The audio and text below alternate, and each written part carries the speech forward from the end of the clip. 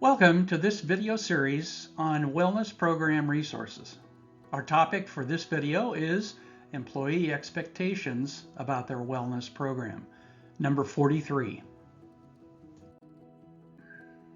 Over the years, I learned the hard way that employee expectations about their wellness program were a critical variable in the overall acceptance and success of their program. Regardless of the type of organization I was working with or the size of the organization, the expectations that the population held about the wellness program were really key to its acceptance and reception and use. In working with more than 1,000 employer wellness programs and projects, I tried everything I could to influence those expectations. I had, for instance, one manufacturing client, where I did 45 hour-long sessions to help orient the employees to the reason why the wellness program was there and what they could potentially gain from it.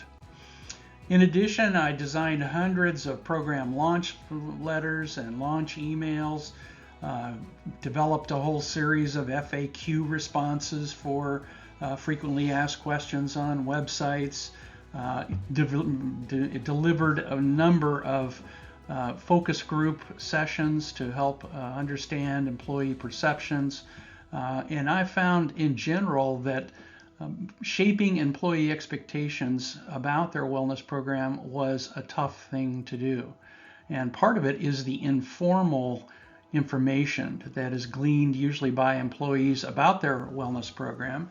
The other part of that is how do you, in fact, message them to the extent that they begin to assimilate those messages. And I also found out that certain messages really needed to be repeatedly communicated to the population involved, and that is needed in order for them to really feel that the wellness program is a valuable adjunct and beneficial to them and their family members. We're going to take a close look at those key messages and some of the nuances that I really began to realize were very important in how the messages were shaped.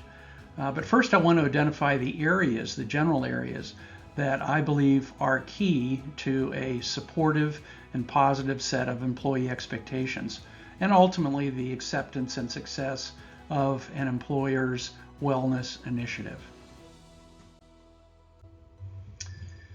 Without fail, similar issues constantly surfaced in interactions with employees about their wellness programs.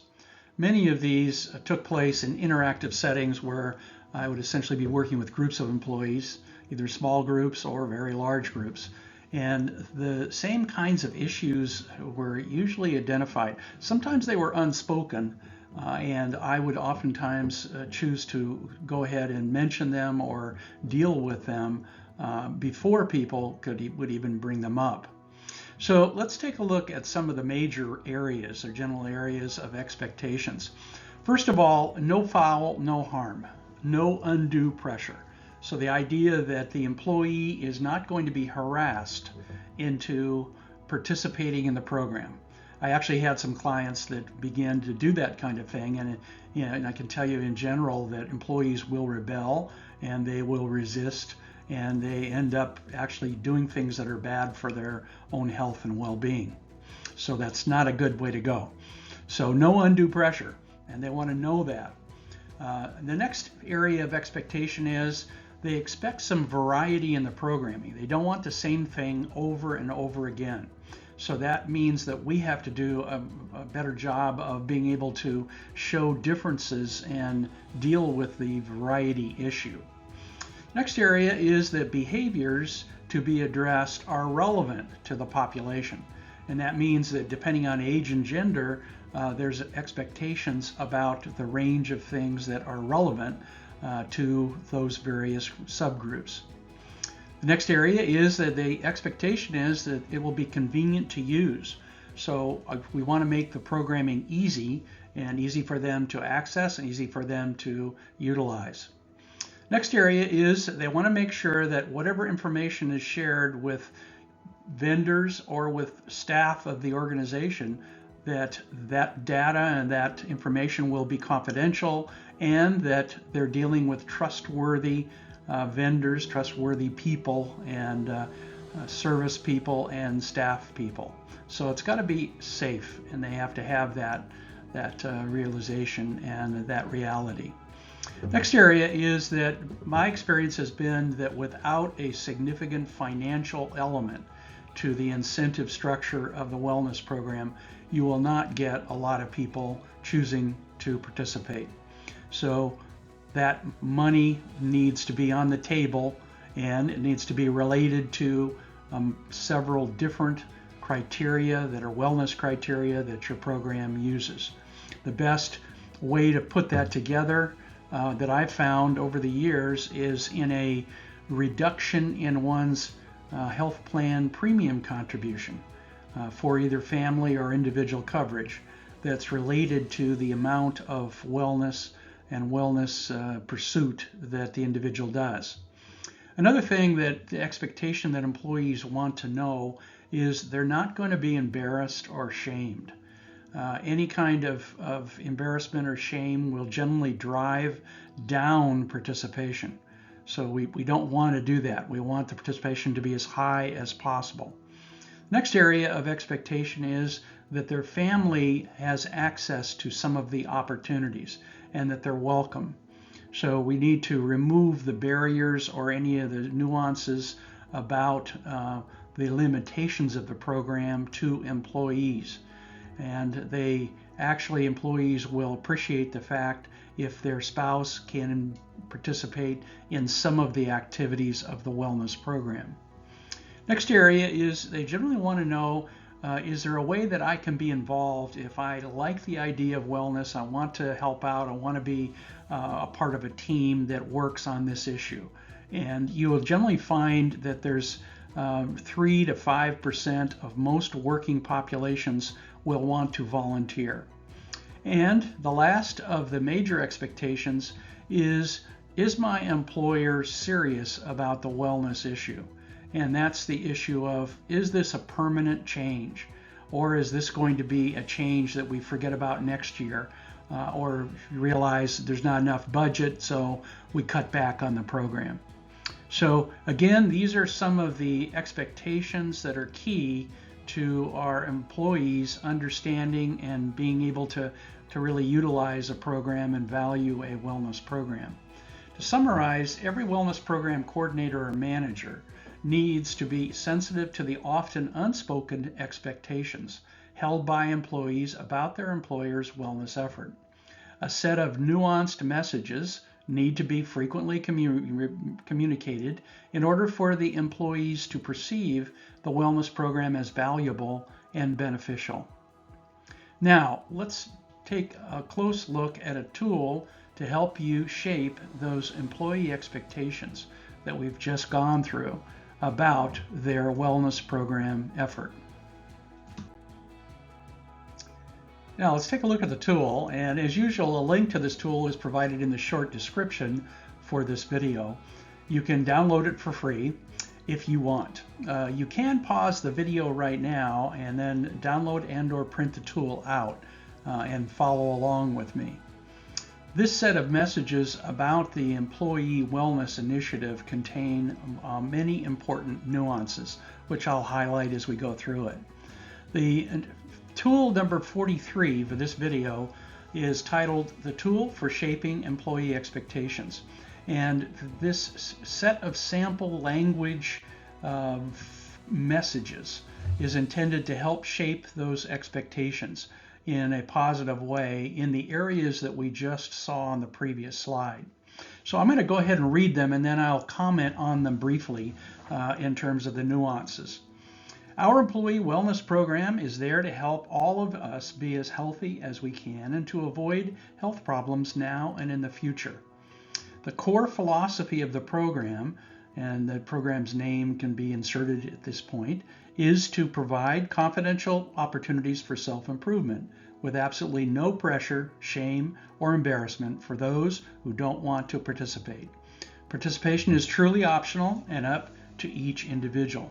And the nuance is you're giving permission for people to recognize that the program's not going to really chase after them, but it's there and it's intended to be helpful.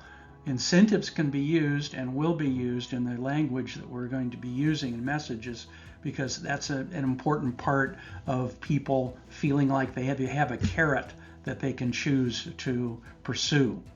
The next paragraph reads, employees and their family members participate entirely at their own choice. Although, because we know that good health benefits us all, we have chosen to provide a modest financial incentive for participating in the wellness program and or engaging in healthy behavior. Now, the nuance here is that it's choice oriented, it's use on demand oriented. And there's also the statement that the nuance that the employer is in fact putting an incentive in place, if that is in fact the case. And I recommend that that be in all wellness programs. The difference, by the way, is going from maybe 30% participation up to 80%. So if you want the higher numbers, you basically have to put some sort of incentive in play in that situation. Now, in addition to that, the nuance here is that the incentive is for both involvement in the program, but also engaging in healthy behavior. The next sentence or next paragraph reads, it is up to each employee to decide whether they want to earn the financial reward for participating in the wellness program. That financial reward will be, or is, $1,200 for this coming year. My recommendation is it should be between $600 and $1,800, depending on the average wage of the population and the newness of the wellness initiative. We hope everyone will find this incentive as a little nudge to monitor their health more closely and do what is healthy and beneficial. Here the nuance is really, we have the incentive, it's there, and we put it in because we all recognize we all need a nudge to take better care of our health. Most of us know what we should be doing for our health, but we don't choose to act on it in any formal way. The next paragraph reads, we will be offering a variety of wellness activities this coming year, which we hope many of you will enjoy. And that's the nuance there, is the variety issue. We have also worked hard to address health and wellness issues that are relevant to everyone and to make them highly accessible to both employees and their family members. This includes biometric and preventive screening, educational sessions, wellness coaching, installation of a wellness portal, wellness content on our learning management system, and use of a health plan contribution financial incentive. So you're essentially giving them an idea of the span of activities that the program will embrace and provide. The nuance here, by the way, is an encouraging positive attitude toward family involvement and recognizing that we are addressing the message of variety and the relevance of activities. The next paragraph reads, our plan is to use key types of technology to make wellness activities and information convenient and helpful to all headquarters, remotely located employees, and their spouses. This year, spouses can participate in the screening activities, the wellness coaching opportunity, and the wellness portal. More options and opportunities will come later. So you're nuancing here to basically say we really would like spouses to participate. There are some specific activities our program is designed to provide to them, and that's okay.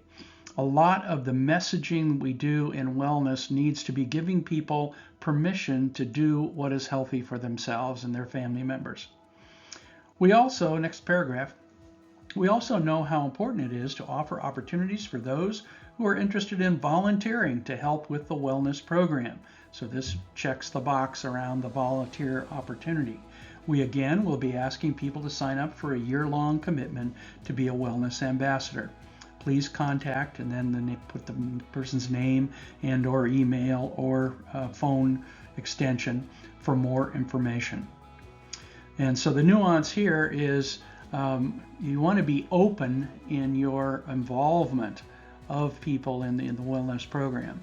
You also want to be careful that the people that are involved in the program aren't doing something like selling supplements on the side, or doing something where they are positioning themselves to have an outside business actually work on other employees.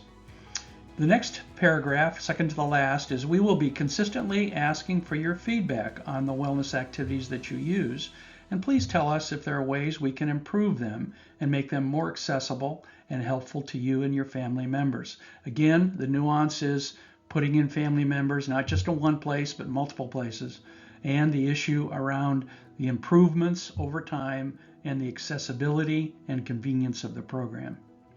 And finally, the last paragraph is a message, is employee wellness is a serious commitment to, and then the name of the organization. We are dedicating financial resources, management and employee time, space, vendor resources, and policies to helping us all become as healthy and well as we possibly can be. We hope that you will join the organization's management team in using the program to get the most health and well-being improvement for yourself that you can. Be well. So this is just an example of the type of messages that need to be repeated in different forms, but the content of the message being the same and being consistent. This is the kind of stuff that shapes the attitudes and perspective of your employees. And one of the things we don't often do that we need to is an annual orientation where we tell people a lot of this information. So remember, the repetition of these messages and their accompanying nuances are key to acceptance of the program by employees, participation levels in the program, and ultimately the overall success of the wellness program. In summary, this week's topic is about the importance of proactively shaping employee expectations about their wellness program. Key messages and the nuances that are important to each will need to be deeply held by the population to be served in order for the program to be accepted, used, and successful. Thanks for watching this video, and be sure to subscribe to my YouTube channel, and new videos are published weekly. For more information, search for the WellCert program. WellCert is the premier professional certification for wellness program leaders. Be sure to check out the program if you want to improve your wellness programming skills. Again, the link to the tool is in the video description. And remember, delivering great employee wellness programming is a high calling. Let's do our best to get the job done.